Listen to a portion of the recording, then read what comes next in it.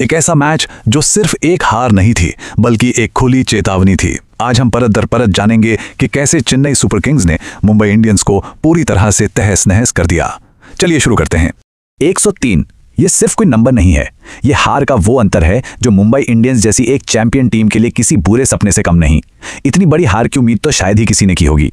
इसे सिर्फ हार कहना सच कहूं तो गलत होगा। ये एक पब्लिक डिस्ट्रक्शन था और इस पूरी तबाही की कहानी लिखी एक बल्लेबाज और एक कमाल की बॉलिंग यूनिट ने। देखते हैं कैसे ये सब हुआ। तो कहानी की शुरुआत होती है वानखेड़े स्टेडियम से, जहां चेन्नई सुपर किंग्स ने बैटिंग का ऐसा नजारा पेश किया जो बिल्कुल किसी फिल्म जैसा था और इस फिल्म का हीरो पूरी कहानी बदलने वाला था। मैदान था वानखेड़े। मुंबई इंडियंस ने टॉस जीता और चुना बॉलिंग करने का फैसला। कागज पर तो यह डिसीजन एकदम सही लग रहा था, लेकिन असल में जो हुआ वो एमआई के प्लान से बिल्कुल उल्टा था। शायद यहीं से मैच हाथ से फिसलना शुरू हो गया था। सीएसके की पारी आप कह सकते हैं दो हिस्सों की कहानी थी। पहले कुछ ओवर्स में विकेट गिरे और एमआई को लगा कि भाई मैच तो अपने कंट्रोल में है, लेकिन उन्हें क्या पता था कि मैदान पर एक तूफान आने वाला है। और उस तूफान का नाम था संजू सैमसन। हर बॉल पर अटैक, हर शॉट में जबरदस्त कॉन्फिडेंस। ये बैटिंग नहीं थी, ये मुंबई इंडियंस के लिए एक साफ साफ चेतावनी थी कि आज कुछ बहुत बड़ा होने वाला है।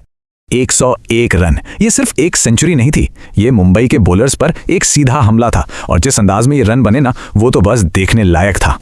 और वो 101 रन वो आए सिर्फ 54 बॉल्स में। ये एक ऐसी सुनामी थी जिसके आगे मुंबई के बॉलर्स को कोई मौका ही नहीं मिला। सैमसन की इसी तूफानी पारी की वजह से चेन्नई सुपर किंग्स ने स्कोरबोर्ड पर 207 रनों का पहाड़ जैसा स्कोर खड़ा कर दिया। मुंबई इंडियंस के गेंदबाज पूरी तरह बेबस नजर आ रहे थे। तो अब बारी थी मुंबई इंडियंस की। 208 रनों के टारगेट का पीछा करने उतरी मुंबई के लिए ये चेज शुरू से ही एक बुरे सपने जैसी साबित हुई। 208 का टारगेट और मुंबई की शुरुआत। सोचिए, सिर्फ 2.3 ओवर्स के अंदर 3 विकेट गिर चुके थे। मैच तो समझिए एक तरह से वहीं पर खत्म हो गया था।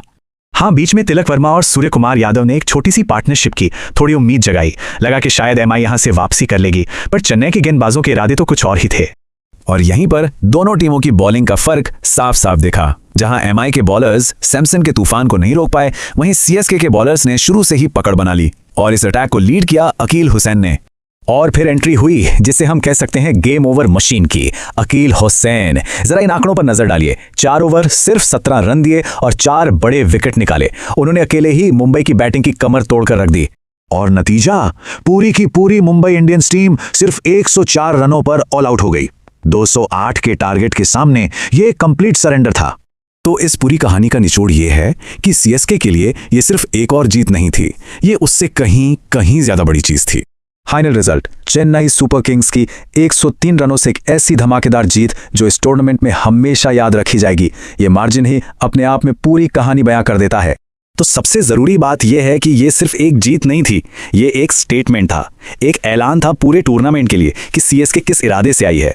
अब सबसे बड़ा सवाल ये उठता है कि क्या मुंबई इंडियंस इतनी बड़ी हार से उभर कर वापसी कर पाएगी, या फिर ये उनके सीजन के खत्म होने की शुरुआत है। ये सोचना वाकई दिलचस्प होगा।